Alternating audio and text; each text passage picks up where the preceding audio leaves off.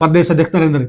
तो क्या अब हम ये मान के चलें कि हुड्डा युग अब बीता हुआ युग हो चुका है, अब हुड्डा साहब को किनारे करने का वक्त आ गया है? राहुल गांधी से बकायदा मिल के आया यात्रा निकालने से पहले, बिल्कुल चौधरी बरजिंदर सिंह, हाँ, पूछ के आए उनसे, हाँ, दिशा निर्देश लिए, हाँ, उनको प्रॉपर अपना विजन बताया ठीक कि मैं ऐसी ऐसी यात्रा निकालना चाहता हूं। जब राहुल गांधी जी ने हरी झंडी दे दी तब उन्होंने यात्रा शुरू की है। अब दूसरा क्वेश्चन मेरा, मतलब जब हम मीडिया वालों को क्या पता है तो क्या कांग्रेसियों को पता नहीं था? बरजिंदर सिंह का इस यात्रा से कद बढ़ गया है। यात्रा का लाभ लेते हुए सभी ग्रुप के लोग यात्रा चलते तो ये यात्रा जो अब 100, 200, 400 में जारी है, हजारों में जाते हुए लाखों में आ जाते। क्या राहुल गांधी की भी बड़ी चूक रही?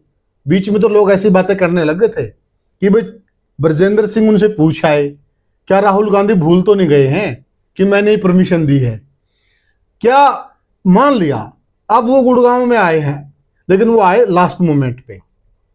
अगर यही राहुल गांधी जी यात्रा के शुरुआत में आ जाते, यात्रा के मिड में आ जाते, कि मतलब ये सोचता है कि भी किसी तरीके से अगर मैं इसको विजेंद्र का साथ देता हूं, हाँ, तो ये बड़ा विकेट गिर जाएगा, ये बड़ा विकेट दूसरे वाला गिर जाएगा। तो वो मतलब वो अपनी शतरंज की मोहरे चलते हैं। भूपेंद्र सिंह हुड्डा का बयान आता है, हाँ, कि ये तो व्यक्तिगत यात्रा है, यस, कोई भी निकाल सकता है। वही कह रहा हूं।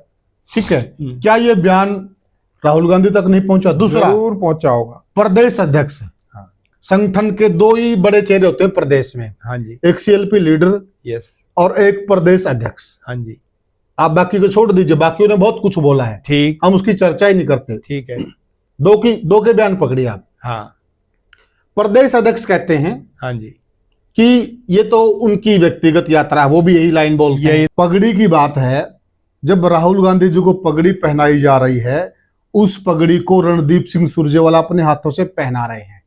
वहां पर दोनों के हाव भाव देखने के लायक हैं, भूपेंद्र सिंह हुड्डा के भी और उनके राव साहब के। बात है, मुझे जिस बात का डर है जी, आप भी इत्तेफाक रखेंगे और दर्शक भी इत्तेफाक रखेंगे जी, अभी तक कांग्रेस हरियाणा में जिंदा है। जी, बिल्कुल। मैं ये सोच रहा हूं कहीं वो मृत ना हो जाए। कैसे? ठीक, जैसे यूपी में कांग्रेस मृत हो गई है, हाँ, बिहार में कांग्रेस मृत हो गई है, बिल्कुल, बंगाल में कांग्रेस मृत हो गई है, बिल्कुल, तमिलनाडु में कांग्रेस मृत है, बिल्कुल, ठीक है, केरल में ठीक है वो आ गए हैं, ठीक, ठीक है, गुजरात में कांग्रेस मृत हो गई है। बहुत सारे स्टेट ऐसे हैं जहां कांग्रेस है 20, 30 साल, 40 साल से सत्ता में नहीं है। बिल्कुल ठीक, अभी वो जिंदा हैं, वेंटिलेटर पे नहीं गए, हरियाणा में एटलीस्ट ब्रेन डेड नहीं हुआ है। हाँ, हाँ, अभी अगर राहुल गांधी जी कोई एक्शन लेते हैं तो कांग्रेस जिंदा रहेगी। नमस्कार साथियों, मैं हूं आपका होस्ट कुलदीप सिंह पुनिया और मैं लेकर चलता हूं आपको राजनीति की दुनिया। राजनीति की दुनिया की बात करो साथियों, कांग्रेस पार्टी जिसने भारतवर्ष पर बहुत लंबे समय तक राज किया है, एक दौर में जो पुराना दौर था उस वक्त लोग पार्टी सिर्फ कांग्रेस पार्टी को ही पार्टी मानते थे, बाकी पार्टियों को तो पार्टी भी नहीं मानते थे। और आज बीजेपी ने उसकी वो हालत कर दी है जो आप देख ही रहे हैं। अगर आप भारत का मैप उठाकर देखेंगे, ऐसे बहुत सारे राज्य हैं जहां कांग्रेस का नामो निशान खत्म कर दिया है और जहां कभी वो सत्ता में होती थी। ऐसे बहुत सारे राज्य हैं जहां 40-50 साल से कांग्रेस गायब कर दी है, चाहे वो बीजेपी ने की हो, चाहे वो अन्य दलों ने, क्षेत्रीय दलों ने की हो। आखिर कांग्रेस की यह हालत क्यों है? इसके लिए कौन जिम्मेदार है? क्या कोई बाहरी जिम्मेदार है या फिर कांग्रेस ही कांग्रेस को खा रही है? क्या कांग्रेस के अंदर ही दीमक लग चुकी है, बल्कि लाइलाज गुण लग चुका है? हम इस विषय पे चर्चा करेंगे, क्योंकि ये ताजा मामला जब बरजिंदर सिंह सद्भाव यात्रा निकाल रहे थे, उस सद्भाव यात्रा की शुरू की तस्वीरें आप देखिए, और जब राहुल गांधी जी आ गए तब की तस्वीरें अभी ताजा ही याद भी हैं आपको। उस वक्त क्या तस्वीरें हैं, ऐसा क्यों?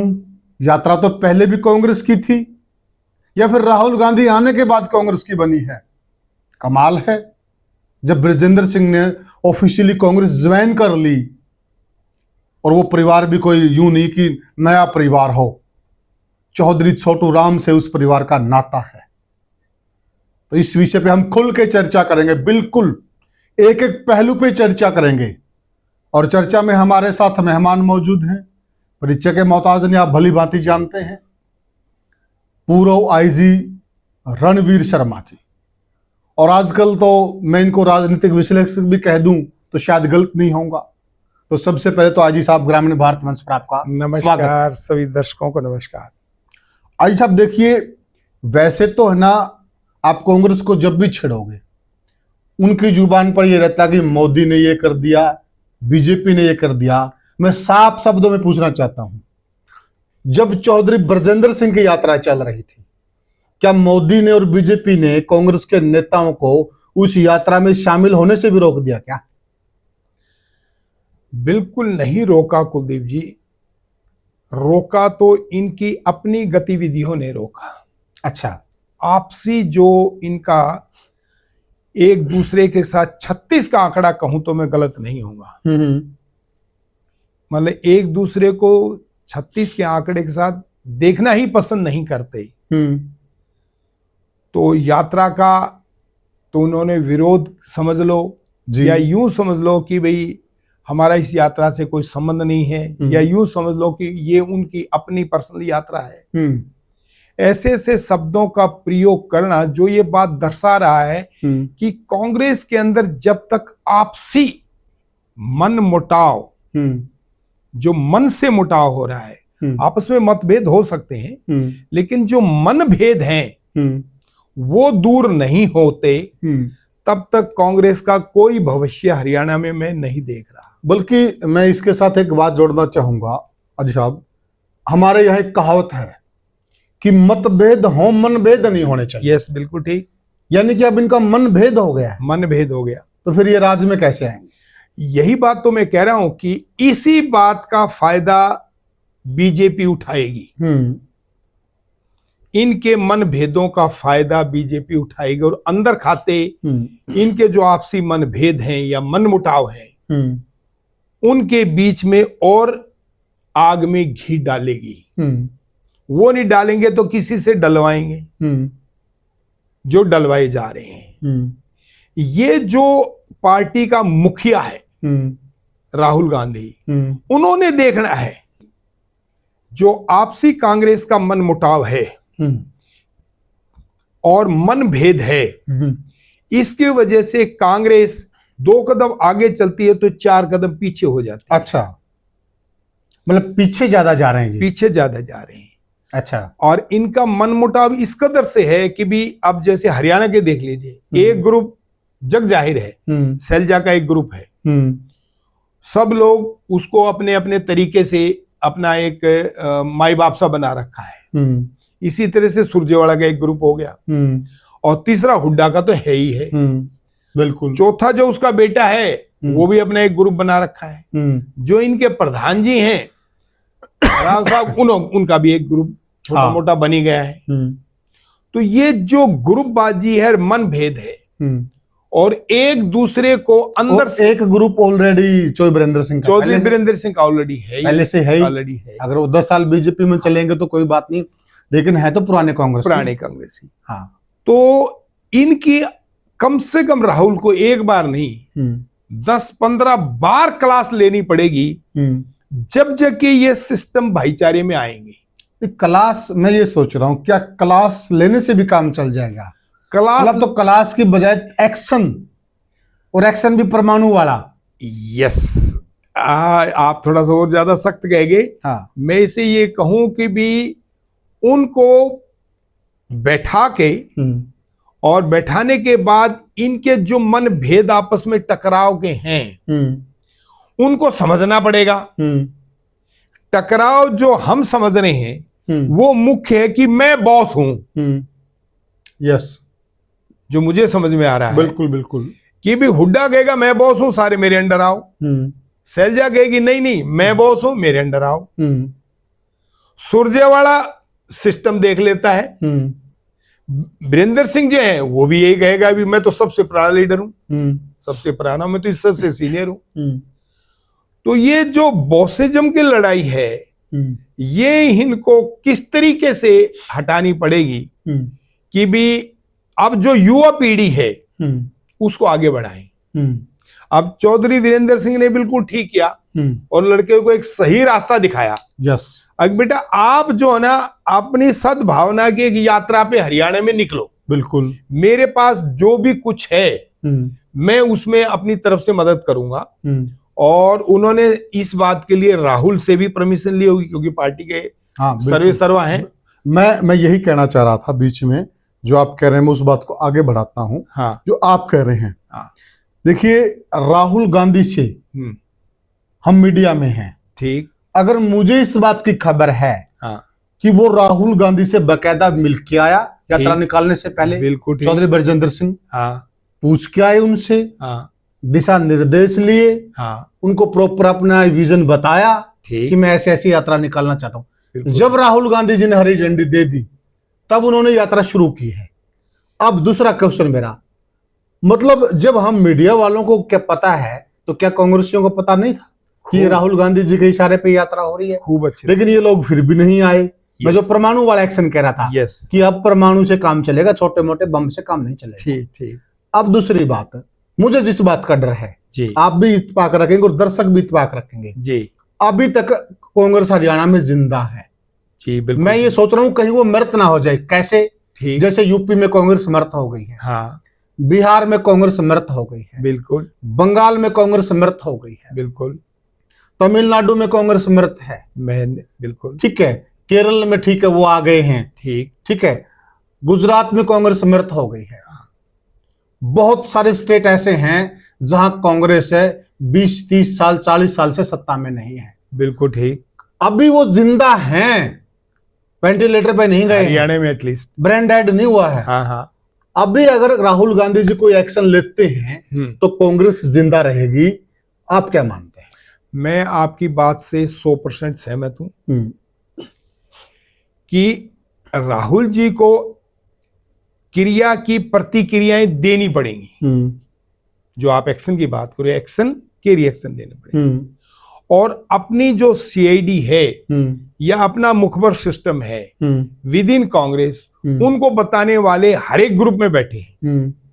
किसी को भी वो तो खुद क्या टेलीफोन करेंगे, उनके मतलब जो नीचे वाले स्टाफ है वो भी, पार्टी वाले भी टेलीफोन करेंगे।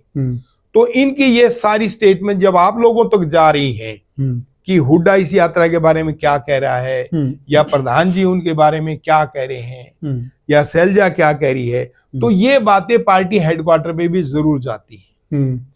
इन बातों की जो सिस्टम है ये राहुल को देखना पड़ेगा। अभी जब तक तुम, अब ये यात्रा अकेले मान के चलो विजेंद्र के लिए तो नहीं है, बिल्कुल ये कांग्रेस पार्टी की यात्रा। अगर सुनो, देखो, अगर ये यात्रा के लिए ब्रजेंद्र के, पहले तो मैं तारीफ कर दूं तो ये तारीफ के योग्य बात है। हाँ। अपने हरियाणा में एक देसी कहावत है, हद छाती। हाँ। मैं तो इसकी हद छाती मानू ब्रजेंद्र सिंह की, ठीक, जो ये पूरे हरियाणा में यात्रा निकाल गया। बिल्कुल। अब तो 5-7 हल्के बचे हुए हैं। हाँ। 83, 84 हल्के उसने कवर कर दिए, यानी कि 5 हल्के बचे, 85 हल्के उसने कवर कर दिए। और बहुत मेहनत से किए हैं, बिल्कुल, जज्बे से किए हैं, बिल्कुल, जुनून से किए हैं, हाँ, जोश से किए हैं, बिल्कुल। जो कि ये लोग सारे विरोध में थे, ये यूं फोन करने वालों में से थे कि जाना नहीं है, अपने लोगों को ये फोन करते जाना नहीं है, ठीक बात। लेकिन फिर भी उन्होंने हौसला नहीं छोड़ा और बहुत बढ़िया सैल्यूट है उस बंदे को, हिम्मत के लिए सैल्यूट है, करिए, बिल्कुल, ठीक है। हाँ। अब अगर वो अपने लिए करता तो हुचाना हल्के में करता, वो पूरे स्टेट में क्यों करता? पूरे स्टेट में तो पूरी कांग्रेस को फायदा होगा, पार्टी के लिए कर रहा है, और वो भी ऊपर से इजाजत लेके कर रहा है। और इस बात की भनक क्यों नहीं पार्टी हेडक्वार्टर में गई कि क्यों तो उन्होंने हुड्डा को ये बात नहीं कही। अभी आप इसे कैसे कह सकते हैं, यूं तो उनकी पर्सनल यात्रा है। क्यों इनके जो प्रधान जी है राव साहब, उनको क्यों नहीं कही कि भाई ये उनका निजी मामला है? ये चीजें हेडक्वार्टर से बहुत सख्ती से लेनी चाहिए थी, और इनको मजबूर करना चाहिए था कि वो यात्रा में खुद तो जाएंगे, अपने जितने कार्यकर्ता है, जो ग्रुप के लोग हैं, उनको भी उन जगह पे भेजेंगे। बिल्कुल। ये बड़ी भारी कमी रही। अगर ये उस यात्रा का लाभ लेते हुए सभी ग्रुप के लोग यात्रा चलते तो ये यात्रा जो अब 100, 200, 400 में जारी है, हजारों में जाते हुए लाखों में आ जाती। लाखों में आ जाती। करेक्ट। हुआ गुड़गांव में। हाँ, अब जब से राहुल गांधी जी इस यात्रा में आए हैं, यस, उसके बाद आप यात्रा का स्वरूप देख लीजिए, बिल्कुल ठीक, जोश देख लीजिए, आप बिल्कुल ठीक है, आप भीड़ देख लीजिए। हाँ। मतलब अलग ही माहौल है, माहौल है, अलग ही माहौल है पहले की तस्वीरों में और अब की तस्वीरों में। यस, अलग ही माहौल है। मेरा एक सवाल है आईजी साहब जी, क्या राहुल गांधी की भी बड़ी चूक रही? बीच में तो लोग ऐसी बातें करने लगे थे कि भाई ब्रजेंद्र सिंह उनसे पूछाए, क्या राहुल गांधी भूल तो नहीं गए हैं कि मैंने ही परमिशन दी है? क्या मान लिया अब वो गुड़गांव में आए हैं, लेकिन वो आए लास्ट मोमेंट पे। अगर यही राहुल गांधी जी यात्रा के शुरुआत में आ जाते, यात्रा के मिड में आ जाते, बिल्कुल तो ठीक, कितना लाभ मिलता? बहुत ज्यादा लाभ मिलता है। मैं कह रहा हूं राहुल जी को कम से कम जो दिल्ली के नजदीक एनसीआर एरिया था, हाँ, जैसे वो फरीदाबाद की साइड गए या इधर बहादुरगढ़ की साइड में आए, हाँ। या सोनीपत साइड में आए, हाँ, तो इन नजदीक जगह पे थोड़ा सा समय निकाल के हाँ, उनको थपथपी या शाबाशी दे के जाते।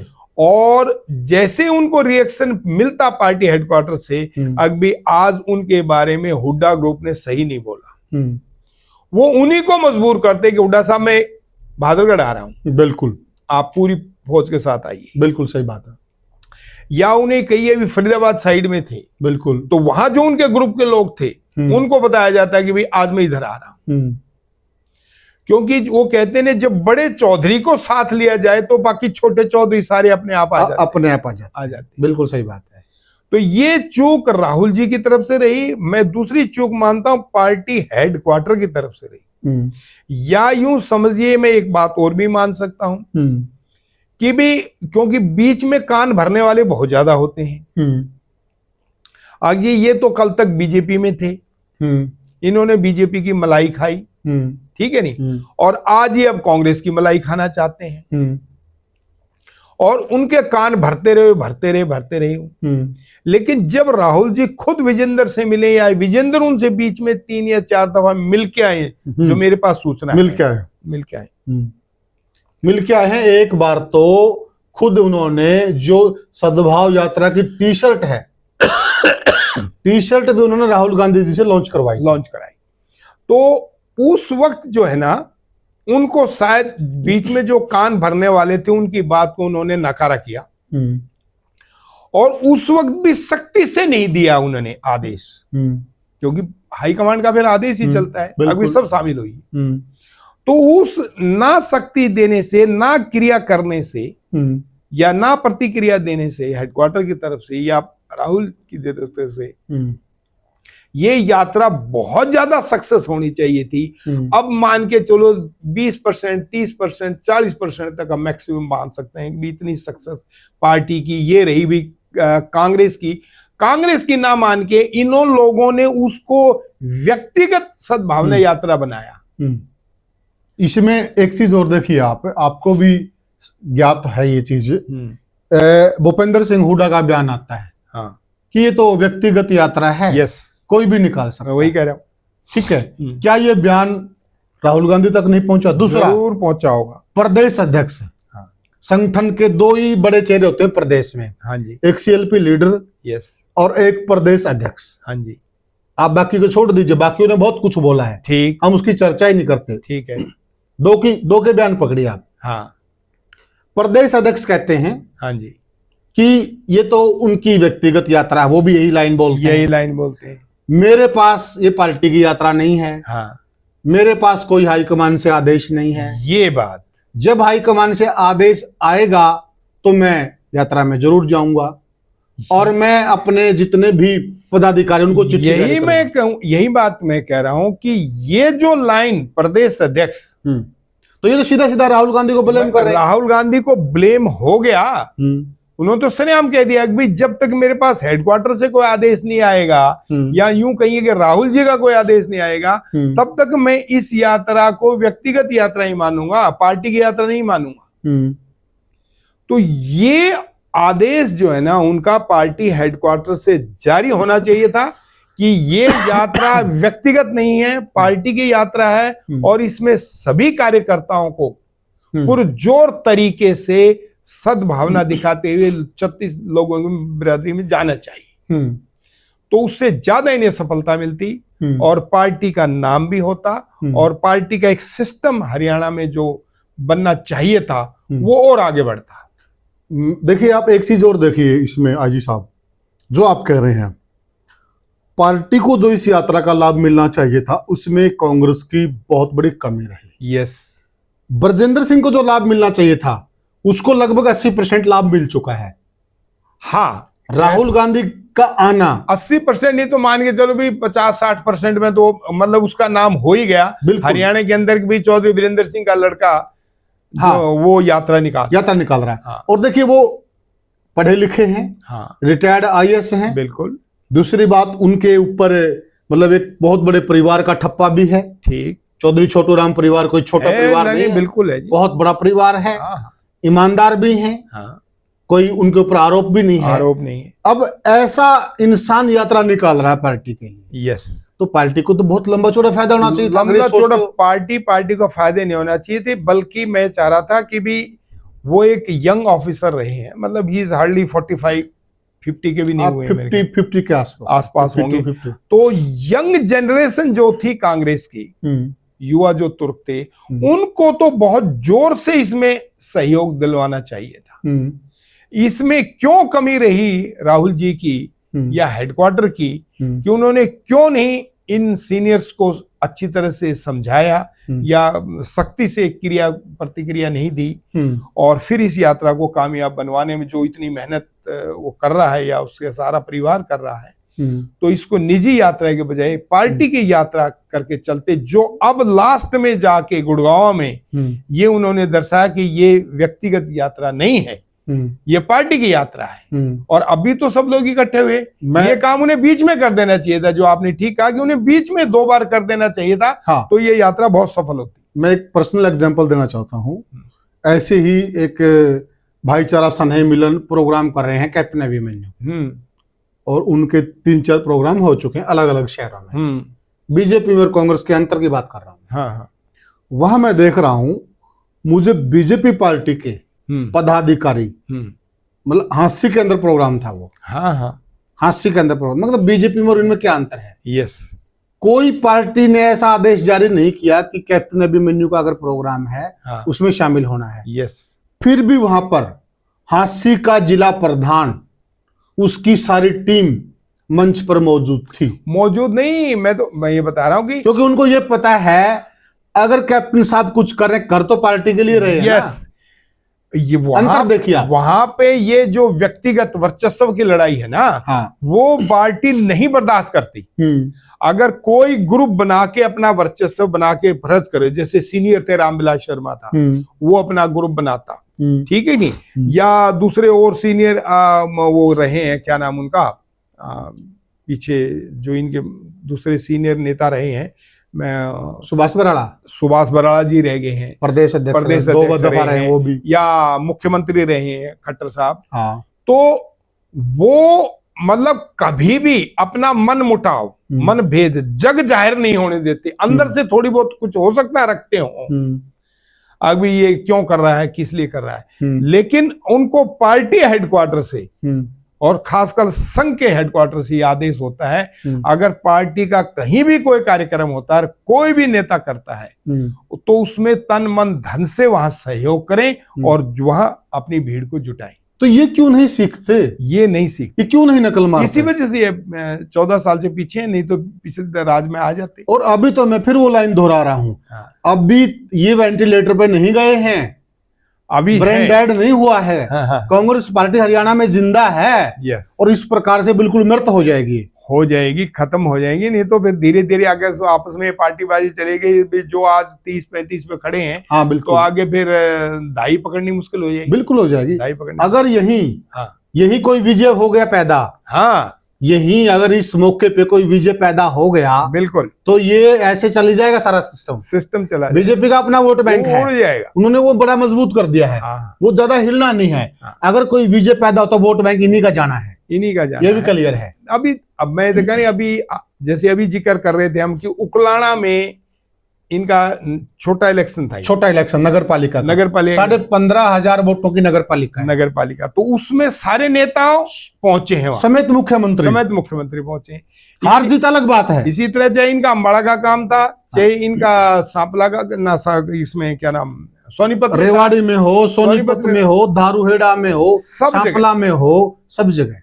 अब राव नरबीर की और राव इंद्रजीत की कुछ है, तकड़ी है, लेकिन जहां कोई बात आएगी पार्टी फंक्शन की, चाहे वो नरबीर करे या विरोध नहीं करेंगे। हाँ, नहीं जाओ बिल्कुल, वो एक दूसरे के लिए कहेंगे जाओ। मंच पे थे, उन्होंने वो चुनाव मिलकर लड़ा है, तो वो ये चीज कांग्रेस वालों को सीखनी है और ये राहुल जी को इन्हें अच्छी तरह से सिखानी है और अपनी सीआईडी, अपनी मुखबर सिस्टम को मजबूत करते हुए इनके जो मनों के भेद हैं उन्हें चाहे बैठ के निकालो, चाहे सख्ती से निकालो, चाहे परमाणु से निकालो, निकालने जरूर पड़ेंगे, तभी पार्टी आगे बढ़ सकती है, नहीं तो सिस्टम नहीं चलेगा। अच्छा, एक बड़ा सवाल है सबके जहन में, ये सवाल आपने भी देखा होगा, जब वहां पूर्व मुख्यमंत्री चौधरी भूपेंद्र सिंह हुड्डा मंच से बोल रहे थे, जबान लड़खड़ा रही थी उनकी, जिस ब्रजेंद्र की यात्रा को वो निजी यात्रा बता रहे थे, वो ब्रजेंद्र सिंह अजीज हो गया। राहुल गांधी की उपस्थिति में वही ब्रजेंद्र उनका अजीज हो गया। बिल्कुल। और वहां अपने चेहरे के हाव भाव देखे होंगे, भाव भंगिमाएं देखे होंगे, प्रदेश अध्यक्ष की आप भाव भंगिमाएं देखेंगे, उसके हाव भाव देखेंगे। जब पगड़ी की बात है, जब राहुल गांधी जी को पगड़ी पहनाई जा रही है, उस पगड़ी को रणदीप सिंह सुरजेवाला अपने हाथों से पहना रहे हैं, वहां पर दोनों के हाव भाव देखने के लायक हैं, भूपेंद्र सिंह हुड्डा के भी और उनके राव साहब के, प्रदेश अध्यक्ष नरेंद्र। तो क्या अब हम ये मान के चलें कि हुड्डा युग अब बीता हुआ युग हो चुका है? मैं इसमें एक चीज और जोड़ूंगा जो हम शायद डिस्कस नहीं कर पाए। जो ग्रुप बना हुआ है भूपेंद्र सिंह हुड्डा नहीं, अपने विजेंद्र आपके फादर वीरेंद्र सिंह, कम वो भी नहीं है। हाँ, जब इनकी मीटिंगें होती हैं या इनकी कोई ऐसी सभा होती है तो वो भी अपने आप को किनारा रख लेते हैं, ये बुलाते नहीं। मेरी एक बार चौधरी साहब से बात हुई। हाँ, बुलाते भी नहीं होंगे और शायद, लेकिन वो जाने के ज्यादा इच्छुक भी नहीं होंगे। मुझे ये लगता, देखिए कुछ भी हो, हाँ, वो चौधरी वीरेंद्र सिंह में ये क्वालिटी है, अगर प्रदेश अध्यक्ष उनको न्योता देंगे वो जरूर जाएंगे। हाँ, मैं ये मानता हूं। ये मतलब उनके दोनों तरफ से वो सिस्टम बन जाते हैं ना। अब अगर कोई न्योता ही नहीं देगा, हाँ, अगर मान लिया आपके वहां कोई कार्यक्रम है, मेरे यहाँ कोई कार्यक्रम है, हाँ, अगर मैं आपको न्योता ही नहीं दूंगा जी साहब, आप कैसे आएंगे? नहीं, मैं बात मान रहा हूं, न्योता नहीं देने, लेकिन उनको भी खुद देखो, इनसिक्योरिटी भी है। हाँ, कहीं हम चौधरी वीरेंद्र सिंह को न्योता दे दें, वो ज्यादा एक्टिव हो जाए। देखिए कुछ भी हो, मजबूत नेता तो वो हैं, इसमें कोई दो राय नहीं, बड़े नेता पुराने भी हैं, लेकिन यहाँ पे एक मानता देखिए चौधरी वीरेंद्र सिंह की। हाँ, चौधरी वीरेंद्र सिंह वहां दूसरी तीसरी लाइन में बैठे हैं। हाँ, चौधरी वीरेंद्र सिंह खुद, हाँ, आप कह रहे हैं ना, मैं तो यहां हम पहले भी डिस्कस कर चुके, आगे भी हम डिस्कस करेंगे। हाँ, मैं तो चौधरी वीरेंद्र सिंह का, आपने भी कहा, मास्टर स्ट्रोक मानता हूं। उन्होंने अपने एक्टिव रहते हुए 80 साल के हो गए वो, हो गए, और 80 साल के आसपास हुड्डा साहब भी हो गए। हाँ, थोड़े छोटे हैं उनसे। हाँ, उन्होंने अपने बेटे को पूरी तरह से आगे कर दिया है, अपनी विरासत संभाला, बिल्कुल कर दिया। हुड्डा साहब भी अगर सीएलपी बनने की बजाय अगर वो अपने रहते रहते अब दीपेंद्र सिंह हुड्डा को प्रदेश अध्यक्ष बनवा देते, वो कहते मुझे सीएलपी मत बनाओ, दीपेंद्र सिंह हुड्डा को प्रदेश अध्यक्ष बना दो, तो ये मास्टर स्ट्रोक नहीं होता।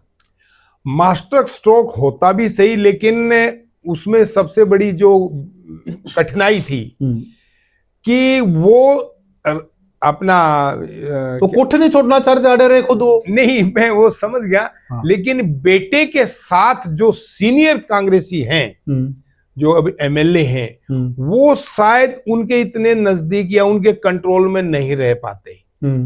तो इसलिए हुड्डा ने अभी सोचा कि मैं अभी थोड़ा सा इनको ज्यादा वो ना करूं, अभी तक तो उन्होंने एमपी के लेवल पे रखा, अभी वो उनके बेटे तो है ही है, ठीक है, इसलिए उनका वो मान सम्मान तो है ही है। लेकिन ये है कि अगर वो सीएलपी लीडर को कंट्रोल को कहीं ने, फिर दूसरा ये था कि भी कहीं शैलजा और सुरजेवाला दोनों इसका विरोध ना करें, आगे जो मेरे पास आनी थी वो भी ना कट जाए।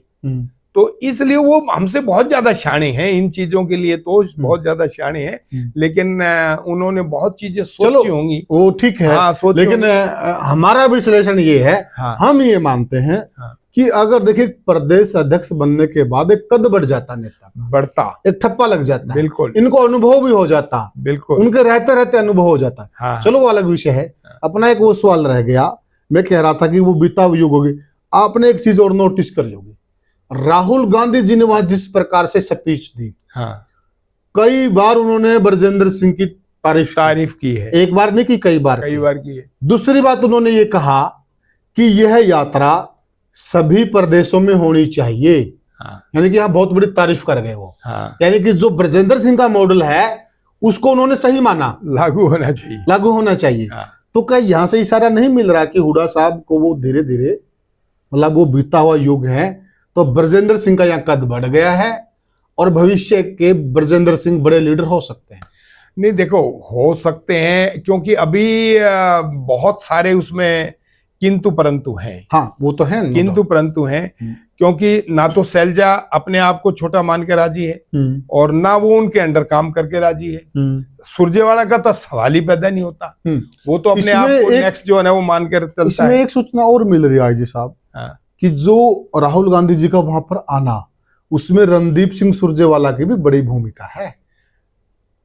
हाँ, ये पॉइंट देखिए, कुछ भी हो, हाँ, रणदीप सिंह सुरजेवाला हाईकमान के तगड़े लीडर हैं, हाँ, ड्राइंग रूम के तगड़े लीडर हैं, वो जमीनी नेता नहीं है, नहीं है, ये परिवार जमीनी नेता रहा है, हाँ, इसमें कोई दो राय नहीं है। हाँ, तो उनको भी इनके साथ मिलके चलने की जरूरत है, मजबूरी है। मजबूरी मतलब इसमें दो चीजें भी और भी हो सकती हैं। वो भी मतलब ये सोचता है कि भी किसी तरीके से अगर मैं इसको विजेंद्र का साथ देता हूं, हाँ, तो ये बड़ा विकेट गिर जाएगा, ये बड़ा विकेट दूसरे वाला गिर जाएगा। तो वो मतलब वो अपनी शतरंज की मोहरे चलते हैं, अभी मैं एक इस बड़े वाले को साइड हटाऊं तो इनको साइड में ले लूं, लेकिन अभी वो नेचुरली उधर से दीपेंद्र को वो आगे बढ़ाना चाहते हैं, उनकी भी इच्छा पूरी है, अगर मैं दीपेंद्र के सिर पे पगड़ी रखूं और उनको आगे बढ़ाऊं, लेकिन अभी उसकी सूत वो बैठ नहीं रही, जो अपनी भाषा में कहते हैं सूत नहीं बैठ रही उसकी, तो इस सिस्टम में नहीं आया। तो अभी कुल मिला के हम इस बात का यही निचोड़ करते हैं कि भाई इनका जो सिस्टम है आपसी मनभेद का, वो राहुल जी को समझना पड़ेगा, समझ रहे भी हैं, ऐसी बात नहीं कि वो नहीं समझ रहे होंगे स्टेट की पॉलिटिक्स को, क्योंकि दिल्ली के सबसे नजदीकी तो हरियाणा है, चारों तरफ से दिल्ली को वही घेर के रखते हैं और सबसे ज्यादा मतलब चाटुकारिता कहूं कि यही नहीं की होती है। हाँ। अब जो भाषा जैसे बोलते हैं, आप ही नहीं बताया कि किस तरीके से चाटुकारिता भाषा, जिस पर अभी हम डिस्कस करेंगे, कि भाषा इस प्रकार की बोलते हैं कि भी हाँ बिल्कुल उनके पैरों में लंबे हो जाते हैं, हाँ बिल्कुल लंबे हो जाते हैं। तो इसलिए हमें ये देखना है, कांग्रेस को ये समझना पड़ेगा कि भी हर हालत से हमें आपसी मनमुटाव और मनभेद दूर करके एक आपसी भाईचारे की व्यवस्था, मतलब पार्टी को सामने रख के अपनी पर्सनल इच्छाएं, व्यक्तिगत इच्छाएं ना रखे, पार्टी की इच्छा को रखते हुए आगे चले, तो फिर ये कामयाब। अच्छा, कुछ लोग ये मानते हैं, कुछ विश्लेषक ये मानते हैं, इसमें आपकी राय क्या है, बड़ी इंपॉर्टेंट होगी, कि अब हुड्डा साहब को किनारे करने का वक्त आ गया है। देखो, अभी नहीं तो फिर कांग्रेस उस तरीके से ग्रोथ नहीं कर पाएगी, आप क्या मानते हैं? मैं ऐसा है, ये किनारे की बात, क्योंकि हुड्डा जब तक दीपेंद्र को सिक्योर नहीं कर लेगा ना, तब तक वो किनारे नहीं होगा। चलो वो तो नहीं होगा, हाँ, लेकिन यहाँ राहुल का एक्शन क्या है? राहुल का वो तो नहीं होगा, कोई भी नहीं होगा। मुझे ये बताइए, कोई भी आदमी 100 साल तक भी राजनीति से रिटायर नहीं होगा, खुद तो कभी कोई नहीं चाहता। देखो, मैं मानता हूं जो आप बात कह रहे हो, और शायद रणदीप भी यही सोच रहा है, अगर ये विजेंद्र ग्रुप भी हमारा ग्रुप बन जाए तो इस तरह सिस्टम बन जाए, और ये पहले भी शैलजा के साथ मिलने की कोशिश कर रहे थे, अगर इसको साइड में करें, तो अभी उसको इतना जल्दी मतलब दूर करना इतना आसान नहीं है। देखो, बड़ा सवाल पैदा कहां से हो रहा है। हाँ, 3 चुनाव हुड्डा साहब के नेतृत्व में लड़े जा चुके हैं। तीनों में कांग्रेस बुरी तरह हारी है। हाँ। जो पहला 2005 का, चौथा भी ले सकते हैं हम। हाँ। 2005 का जो चुनाव था जिसमें 67 सीटें आई, हाँ। उसमें भूपेंद्र सिंह हुड्डा चेहरा नहीं थे। ठीक। वो तो उस टाइम एमपी थे। एमएलए का चुनाव भी नहीं लड़ा। हाँ। चेहरा तो भजन लाल था। ये चौधरी वीरेंद्र सिंह ये लोग थे। ठीक है। हाँ। उसमें तो ये चेहरा भी नहीं थे। हाँ। इनके चेहरे पे तो लड़ा 2009 का, जिसमें 40 सीटें आई, बहुमत नहीं आया कांग्रेस का। 3 ये लगातार हो गए। हाँ। इन्हीं के नेतृत्व में लड़े हैं। जब इनके नेतृत्व में पार्टी को सफलता नहीं मिल रही है 4 बार से, तो फिर किस बात का इंतजार हो रहा है?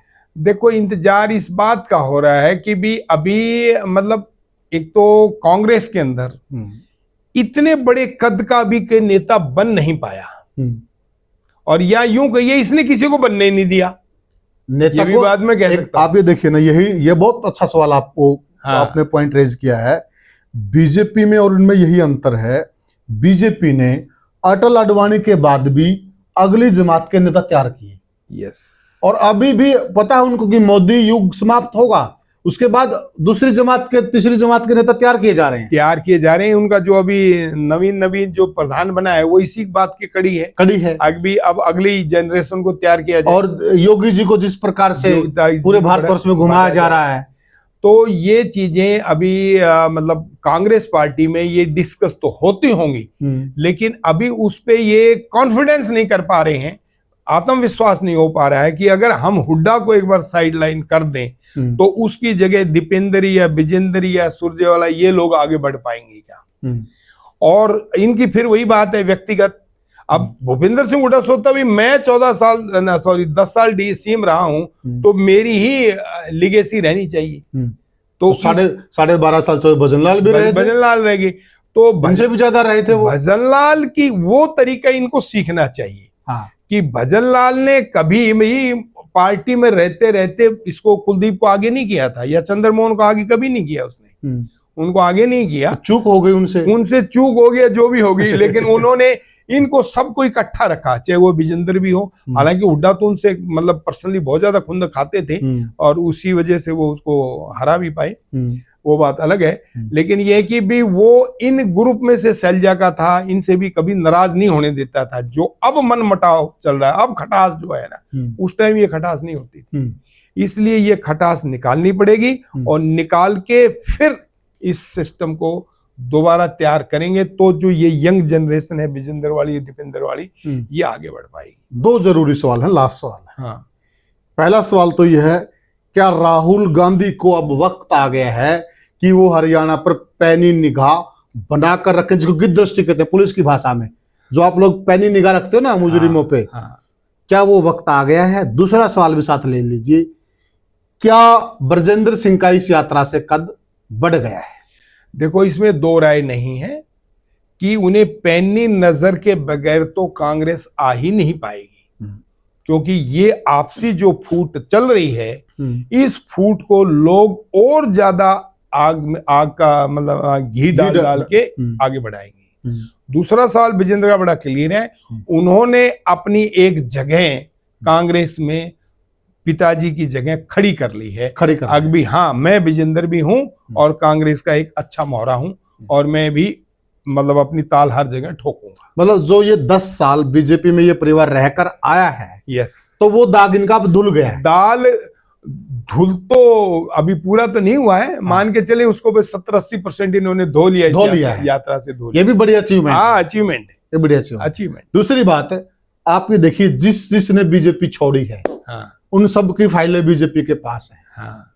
लेकिन ये भी छोटी बात नहीं, ये परिवार बीजेपी में रहकर आया, लेकिन दामन दागदार नहीं। ये इसकी बात मैं शुरू से आपके मानूं कि इसको चौधरी वीरेंद्र के ऊपर या इनके बेटे के ऊपर भी, हाँ, वो भी ऑफिसर, ये भी ऑफिसर रहे, हाँ। तो इनके ऊपर कोई लोग इस तरीके आरोप नहीं लगा सकते कि इन्होंने ये गलत किया, ये गलत किया। ये छोटी मोटी गलतियां तो हर एक से होती हो, बिल्कुल, लेकिन इनके ऊपर विशेष कोई आरोप नहीं है। आप ये देखिए ना, हाँ, बीजेपी सब जानते हैं हम क्या कह रहे हैं, इशारा सब समझ रहे हैं। हाँ। बीजेपी को छोड़ना, हाँ, छोटी बात नहीं है। छोटी किस प्रकार से आम आदमी पार्टी के 7 MP आए हैं, हाँ, किस प्रकार से आज जो वो ये अभी बंगाल के मुख्यमंत्री बने हैं, यस, ये भी कहाँ थे क्या इन पर आरोप थे, किस प्रकार से ये आए हैं हाँ। या लाए गए हैं, मतलब उस हाँ। पार्टी को छोड़ना छोड़ के आना और फिर उनसे बचे रहना, ये और बहुत उनके बड़ी- ऊपर अटैक भी करना अटैक भी करना, ये बहुत बड़ी बात, ईमानदारी का सबूत, ईमानदारी का सबूत है। बेईमान नहीं रहे, बेईमान नहीं। बेईमान नहीं रहे, और इसी ईमानदारी के, या उनके ऊपर कोई ऐसा आरोप नहीं है, या उनकी कोई फाइल नहीं खोल सके वो, मतलब हाँ, यही तो कह रहा हूं ना। हाँ, उनकी कोई फाइल नहीं खोल सके, फाइल होती तो उनको जाने नहीं देते। यस, हाँ, भाई इनकी कोई एब्स्टिन फाइल नहीं है, मतलब नहीं, एब्स्टीन फाइल नहीं, वो तो चल बहुत ज्यादा होगी, ऐसी फाइल हमारा चक्कर में उनको नहीं रहे, फिर भी परिवार अपनी मेंटेनेंस अच्छी इमेज के साथ है। रखे। देखो, मुख्यमंत्री बनना एक अलग बात है, यस, वो भाग्य की बात। अब 90 विधायक हैं, हाँ, चुनाव तो 90 लड़ते हैं, हाँ, लेकिन 90 के 90 मुख्यमंत्री तो नहीं बन पाते। नहीं बन वो एक पाते। अलग चीज है, अलग चीज, लेकिन अलग इमेज है इस परिवार की, बिल्कुल ठीक, इसमें कोई दो राय नहीं। दो रहेंगे। तो साथियों, हमने जो चर्चा की है उसमें कोशिश की है कि कोई भी पहलू रह ना जाए। अगर कोई छूट गया तो आप कमेंट सेक्शन में बताइएगा, फिर कभी चर्चा करेंगे। आपको ये हमारी चर्चा कैसी लगी कमेंट सेक्शन में अवश्य बताएं। फिर मिलेंगे किसी और पॉडकास्ट में, तब तक के लिए राम राम। राम राम।